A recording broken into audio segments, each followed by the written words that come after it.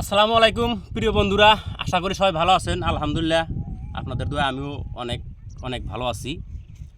তো আজকে আমি আপনাদেরকে একটি ভিডিও উপস্থাপন করব, যেটা একটু দুঃখজনক ভিডিওই।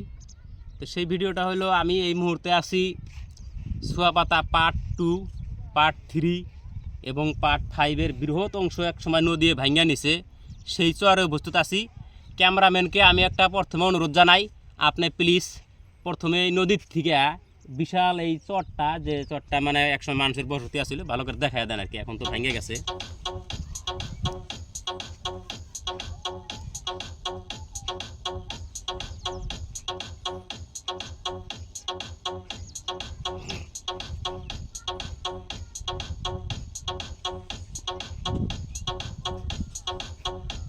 তো যাই হোক বন্ধুরা, আপনারা জানেন যে মানুষের যখন নদী ভাঙে, মানুষ আসলেতে সর্বহারা হয়ে যায়। তো আমি যে দাঁড়িয়ে আছি, আমার পিছনে যে বিশাল চরটা যে দেখতে পাচ্ছেন, এই চরটা আসলেতে যেটা বললাম সুয়াপাতা পার্ট 2, পার্ট 3 এবং পার্ট 5-এর এক বৃহৎ অংশ। এই চরটাতে বিগত এক সময় বিশাল এক জনসংখ্যার বসতি ছিল। তো কালের পরিক্রমে এই চরটা ভাঙ্গা এই যে হাজার হাজার মানুষের যে বসতি ছিল, সেই মানুষগুলা কঠিন সমস্যা এবং দুর্দশার মধ্যে আছে।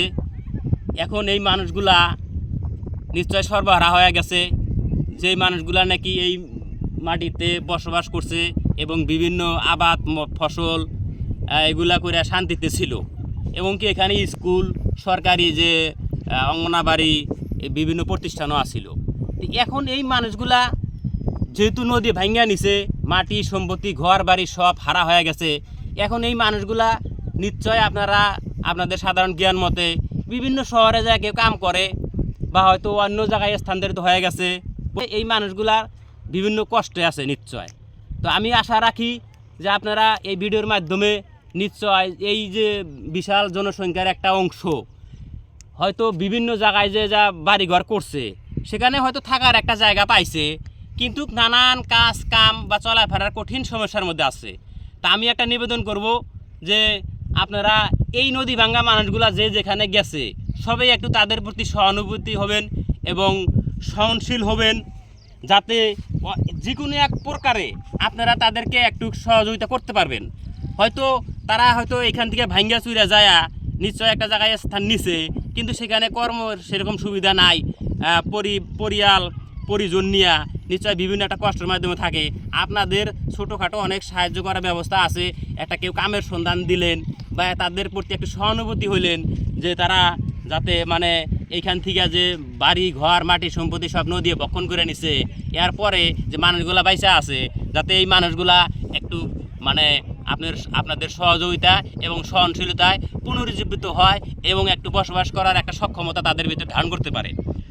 তো যাই হোক প্রিয় বন্ধুরা, এইদিকে আর একটা কথা এখানে বলে রাখি, যে যখন যাদের নদী ভাঙ্গা মানে মাটি সম্পত্তি ঘর বাড়ি নদী ভাঙ্গা নেয়, তখন এই মানুষগুলো যখন বিভিন্ন স্থানে যায়, তাদের ডকুমেন্টস কাগজপাতির একটু খেলিমেলি হয়। সেই হিসাবে আপনারা সোশ্যাল মিডিয়া নিশ্চয় দেখেন, বিভিন্ন জায়গায় কাগজপাতির জন্যে এই ভাই বেড়াদার বা এই কষ্ট করা মানুষগুলা, নদী ভাঙ্গা মানুষগুলা অনেক হারাশাস্তিও হয়। সেই জন্যে সর্বাত্মপ্রকারে আপনারা যে যেখানে নদী ভাঙ্গা মানুষ পাবেন, তাদেরকে একটু সহযোগিতার দৃষ্টিতে দেখবেন এবং পাশে দাঁড়াবেন বলে আমি আশা রাখি। আর ভিডিওর শেষ দিকে যে আমি একটা কথা বলতে চাই, সেটা হলো যে আপনারা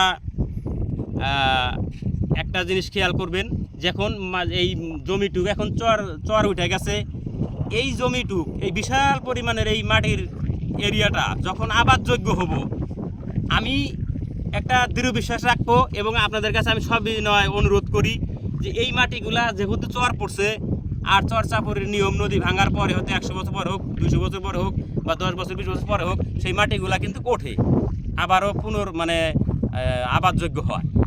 তো সেই সময় যারা যে যেখানে আছেন, যাদের যাদের মাটি আছে, যেভাবে পূর্বে ছিল সেইভাবেই আইসার মানে সেইটুকুই আপনারা মানে অংশগ্রহণ করবেন এবং যার যতটুকু আছিল ততটুকু নেবেন। আর একটা জিনিস সোশ্যাল মিডিয়ায় আমরা বিরাট একটা প্রভাব দেখতে পারি, যে এই চর যখন আবাদযোগ্য হয়, তখন চরের মাটির পূর্বে যে নির্ধারণ থাকে সেই নির্ধারণের থেকে অনেক খেলমেলি হয়ে যায়। এই নিয়ে বহুত দাঙ্গা ফাসাদ হয়। মিডিয়াতে আমরা অনেক সময় দেখতেও পারি যে সব মানুষ দুই পক্ষ দাও লাঠি জং হাবিজাবি নিয়া একটা যুদ্ধ পরিস্থিতি হয়। তো আমার একটা আপনাদের কাছে বিনম্র অনুরোধ যে চরটা যেহেতু এখন কিছু সংখ্যক মানে যেহেতু আবাদযোগ্যর একটা নমুনা দেখা যায়, আমি চরটা হাইটা বেড়া দেখলাম। আমি সাধারণভাবে যেটা পরিলক্ষিত হয়েছে, এবছর না হোক 2-4 বছর পরে হলেও যদি চরটা আবার না ভাঙে ইনশাল্লাহ আবাদযোগ্য হবে, মাটি ভালো ফসল হবে। আপনারা যেখানে আছেন সেখান থেকে আইসাই যার যে ভাগ ছিল সেইভাবে নিয়ে আপনারা যাতে সুখ শান্তিতে আবারও কইরা খাইতে পারেন, এই আশাটা আমি আপনাদের কাছে রাখলাম। সবাই ভালো থাকবেন, আর ভিডিওটা ভালো লাগলে লাইক করবেন এবং শেয়ার করে দিবেন, যাতে এই বিষয়টা সবের মাঝেই একটা জ্ঞাত হয়ে যায় এবং সবাই যাতে এই নলেজটা বা জ্ঞানটা